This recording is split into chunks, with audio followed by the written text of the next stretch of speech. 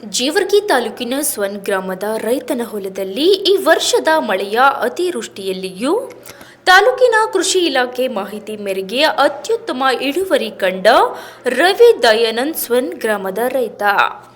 ಈ ವರ್ಷದ ಅತಿ ಮಳೆಯಿಂದಾಗಿ ರೈತರು ಸಂಪೂರ್ಣ ಬೆಳೆಯಲ್ಲಿ ನಿರಾಸೆ ಹೊಂದಿದ್ದಾರೆ.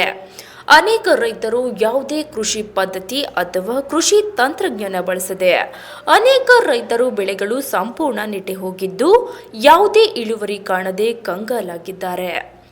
ಅದರಲ್ಲಿ ಒಬ್ಬ ರವಿ ದಯಾನಂದ್ ಸ್ವನ್ ಗ್ರಾಮದ ರೈತನ ಹೊಲದಲ್ಲಿ ಈ ವರ್ಷದ ಅತಿ ಮಳೆಯಲ್ಲಿಯೂ ಯಾವುದೇ ನೆಟ್ಟೆ ರೋಗ ಕಾಣದೆ ಸಾಲು ಸಾಲು ದಟ್ಟವಾಗಿ ಒಂದು ಗಿಡಕ್ಕೆ ಸುಮಾರು 500ರಷ್ಟು ತೊಗರಿಕಾಯಿ ಬೆಳೆದಿದ್ದಾರೆ. ಈ ಹಿನ್ನೆಲೆಯಲ್ಲಿ ಚಂದ್ರಕಾಂತ್ ಜೀವಣಗಿ ಸಹಾಯಕ ಕೃಷಿ ನಿರ್ದೇಶಕರು ಜೇವರ್ಗಿ ಸ್ವನ್ ಗ್ರಾಮದ ರೈತನ ಹೊಲಕ್ಕೆ ಭೇಟಿ ನೀಡಿ ರೈತ ಇಷ್ಟೊಂದು ಒಳ್ಳೆ ಗುಣಮಟ್ಟದ ತೊಗರಿ ಬೆಳೆದಿರುವುದು ನೋಡಿ ಸಂತೋಷಪಟ್ಟರು. ಈ ಸಂದರ್ಭದಲ್ಲಿ ರವಿ ದಯಾನಂದ್ ಮಾತನಾಡಿ, ಈ ವರ್ಷದ ಇಷ್ಟೊಂದು ತೊಗರಿ ಇಳುವರಿಗೆ ಕಾರಣ ಮಾದರಿ ಕೃಷಿ ಪದ್ಧತಿ ಮತ್ತು ಪ್ರತಿನಿತ್ಯ ಕೃಷಿ ಇಲಾಖೆಯಿಂದ ಸಂಪೂರ್ಣ ಮಾಹಿತಿಯನ್ನು ಪಡೆಯುತ್ತಾ ಇಷ್ಟೊಂದು ಯಶಸ್ಸು ಕಂಡಿದ್ದೇನೆ ಎಂದು ಮಾಧ್ಯಮದ ಮುಂದೆ ತಿಳಿಸಿದ್ದಾರೆ. ಬ್ಯೂರೋ ರಿಪೋರ್ಟ್ ಮುತ್ತು ಭುವಿ ಜೇವರ್ಗಿ. ಇವತ್ತು ನಾವು ಜೇವರ್ಗಿ ತಾಲೂಕಿನ ಸ್ವನ್ ಗ್ರಾಮದ ಶ್ರೀ ರವಿ ದಯಾನಂದ್ ಸಾಲಿಮಠ್ ಅವರ ಒಂದು ಹೊಲದಲ್ಲಿದ್ದೇವೆ.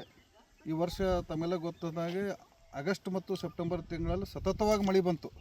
ಅದರಿಂದ ಭಾಳಷ್ಟು ಅತಿವೃಷ್ಟಿಯಿಂದ ತೊಗರಿ ಹತ್ತಿ ಎಲ್ಲ ಬೆಳೆ ಹಾನಿಯಾದವು.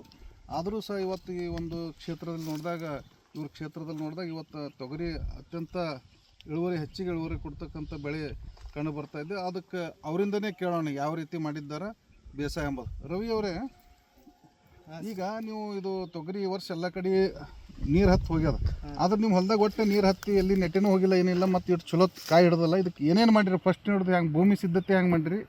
ಮುಂದೆ ಯಾವ ತಳಿ ಹಾಕಿರಿ? ಭೂಮಿ ಹೆಂಗೆ ಏನು ಇದರಲ್ಲಿ? ಫಸ್ಟ್ ನಾವು ಬೇಸಿಗೆ ನೇಗಿಲು ಹೊಡಿಸಿರಿ ಸರ್. ಹೊಡಿಸಿ ಗಳೆ ಹೊಡ್ಕೊಂಡು ಹೊಲ ರಾಬ್ ಮಾಡ್ಕೊಂಡ್ವಿ. ಮಳೆ ಜಾಸ್ತಿ ಆಗೋದ್ರಿಂದ ಜೂನಲ್ಲಿ ಬಿತ್ತಲಿಲ್ಲ ಸರ್. ಜುಲೈಲಿ ಏನು ಮಾಡಿದ್ವಿ, ಬೋದ್ ಹಾಕೊಂಡ್ವಿ ಸರ್. ಬೋದ್ ಹಾಕಿರಿ ಅಂದ್ರೆ ಮಳೆ ಹೆಚ್ಚಾದ್ರೂ ತಾಳುತ್ತೆ, ಮಳೆ ಕಮ್ಮಿ ಆದ್ರೂ ಬೋದ್ ಹಾಕಿದ್ರೆ ತಾಳುತ್ತೆ ಅಂತೇಳಿ ಹೇಳಿ ಬೋದ್ ಹಾಕಿದೆ ಸರ್. ಬೋದ್ ಹಾಕಿ ಹತ್ತಿ ಊರ ಮಷಿನ್ ಬರುತ್ತೆ ಸರ್. ಅಲ್ಲ, ಸಾಲಿಗೆ ಎಷ್ಟು? 5 ಫೀಟ್ ಇದೆ ಸರ್. 5 ಫೀಟ್ ಇದೆ ಸರ್. ಹತ್ತಿ ಊರ ಮಷೀನ್ ಇಂದ ಕೈಯಿಂದ ಊರದ ಬಿತ್ತುದಾದ್ರೆ ಜಾಸ್ತಿ ಬೀಜನೂ ಹೋಗುತ್ತೆ, ಮತ್ತೆ ಇಳುವರಿ ಕಮ್ಮಿ ಬರುತ್ತೆ. ಹತ್ತಿ ಆಗೋದು ಭಾಳ ಬೀಜ ಹತ್ರ ಇರೋದ್ರಿಂದ ಗಿಡ ಜಾಸ್ತಿ ಪಂಗ್ಳು ಹೊಡೆಯಲ್ಲ ಅಂತೇಳಿ ಹತ್ತಿ ಊರ ಮಷೀನ್ ನಾವು ಸೆಟ್ಟಿಂಗ್ ಮಾಡ್ಕೊಂಡು ಊರಿದ್ವಿ ಸರ್.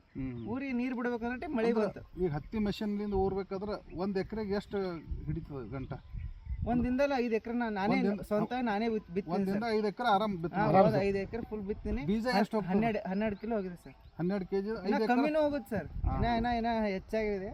ಇನ್ನ 10 ಕಿಲೋ 12 ಕಿಲೋ ಹೋಗುತ್ತೆ. ಅಂದ್ರೆ ಬಿತ್ತೋ ಪದ್ಧತಿಯಲ್ಲೇ ಬದಲಾವಣೆ ಮಾಡಿ. ಹಾಂ ಸರ್. ಮುಂದೆ ಯಾವ ರೀತಿ? ಮತ್ತೆ ಅಂದ್ರೆ ಬೋದಲ್ಲಿರೋದ್ರಿಂದ ಮಳೆ ಜಾಸ್ತಿ ಆಯ್ತು ಸರ್. ಮಳೆ ಹಿಂಗ್ ಮೇಲ್ಗಡೆ ಹಿಂಗ್ ಬೋದ್ ಈ ತರ ಇರೋದ್ರಿಂದ ನಾವು ತೆರೆ ಮೇಲೆ ಹಾಕಿದ್ವಿ.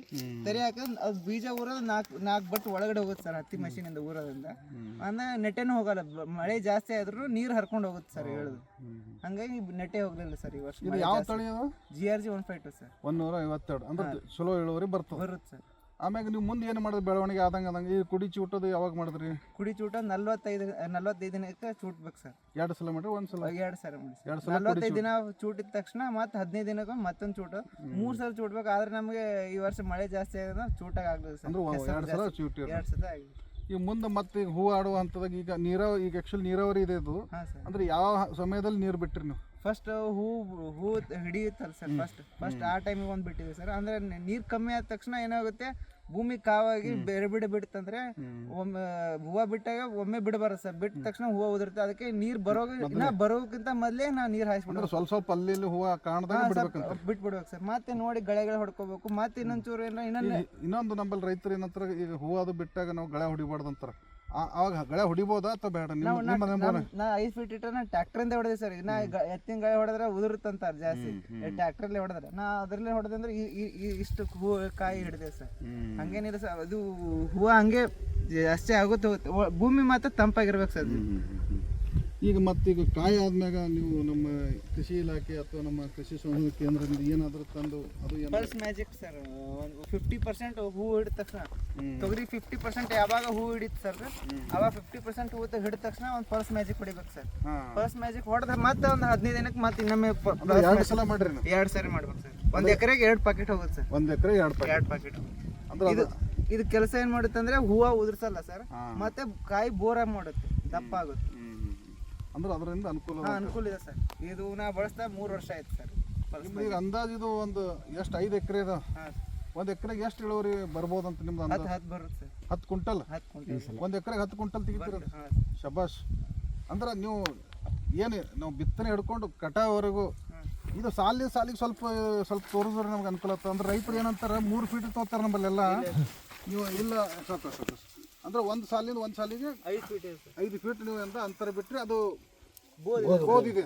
ಆ ಬೋದ ಮ್ಯಾಗ ಬೆಳೆಯೋದ್ರಿಂದ ನಮಗೆ ಅಂದ್ರೆ ಏನು ಮಳೆ ಹೆಚ್ಚಾಗೈತೆ ಅಂದ್ರೆ ನೀರು ಹೊರಗೆ ಹೋಗ್ತದೆ, ಕಡಿಮೆ ಆಯ್ತು ಅಂದ್ರೆ ತೇವಾಂಶ ಕಾಪಾಡ್ಬೋದು. ಅಂದ್ರೆ ಎರಡೂ ಸಂದರ್ಭದಾಗ ನಿಮ್ಗೆ ಅನುಕೂಲ ಆಗ್ತದೆ.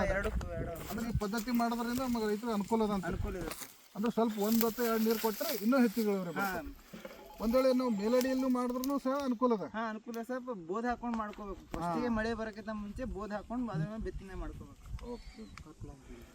ಅಂದ್ರೆ ನೀವು ನಾವು ಇಲ್ಲಿ ನೋಡಿದಾಗ ಗೊತ್ತಾಗತ್ತೆ, ಒಂದು ದಂಟೆ ಅಥವಾ ನಾವು ದಂಟೆ ತೊಗೊಂಡಾಗ ಸುಮಾರು ಒಂದು 500ರಿಂದ 600 ಕಾಯಿಗಳು ಒಂದು ಗಿಡದಿಂದ 500ರಿಂದ ಮೇಲ್ಗಡೆ ಇದೆ ಸರ್. ಮೇಲ್ಗಡೆನೇ ಅದಾವ. ಅಂದ್ರೆ ಈ ರೀತಿ ಒಂದು ಪದ್ಧತಿ ನಾವು ಅಳವಡಿಸಿದಾಗ ಅಂದ್ರೆ ನಮಗೆ ಇಳುವರಿ ಹೆಚ್ಚಿಗೆ ಬರ್ತದೆ, ಮತ್ತೆ ಯಾವುದೇ ನೆಟೆ ರೋಗ ಹೋಗಲ್ಲ. ಈಗ ನೋಡ್ಬೋದು ಸರ್, ಎಲ್ಲ ಎಲ್ಲಿ ನೆಟೆ ಹೋಗಿಲ್ಲ ಸರ್. ಜಾಸ್ತಿ ನಮ್ಮ ಊರಲ್ಲಿ 90% ನೆಟೆ ಹೋಗಿದೆ ಸರ್, ಬಿತ್ತಿದ ತಕ್ಷಣನೇ ಮಳೆ ಜಾಸ್ತಿ ಆದ್ಮೇಲೆ. ಅಂದ್ರೆ ಇದಕ್ಕೆ ಔಷಧ ನಮ್ಮ ಹತ್ರನೇ ಇದೆ ಅಂದಂಗ. ನಾವು ಮಾಡೋ ಪದ್ಧತಿನ ಅಂದ್ರೆ ನಾವು ಬದಲಾವಣೆ ಮಾಡ್ಕೋಬೇಕು. ಅದಕ್ಕೆ ರೈತ ಬಂದವರು ಇವತ್ತು ತಾವೆಲ್ಲ ನೋಡ್ಬೋದು, ಅವರು ಏನು ಕೃಷಿ ವಿಜ್ಞಾನ ಕೇಂದ್ರ ಮತ್ತು ನಮ್ಮ ಕೃಷಿ ಇಲಾಖೆಯ ಒಂದು ಮಾಹಿತಿಯನ್ನು ಪಡ್ಕೊಂಡು ಇವತ್ತು ಒಳ್ಳೆಯ ಇಳುವರಿಯನ್ನು ಪಡಿತಾ ಇದ್ದಾರೆ.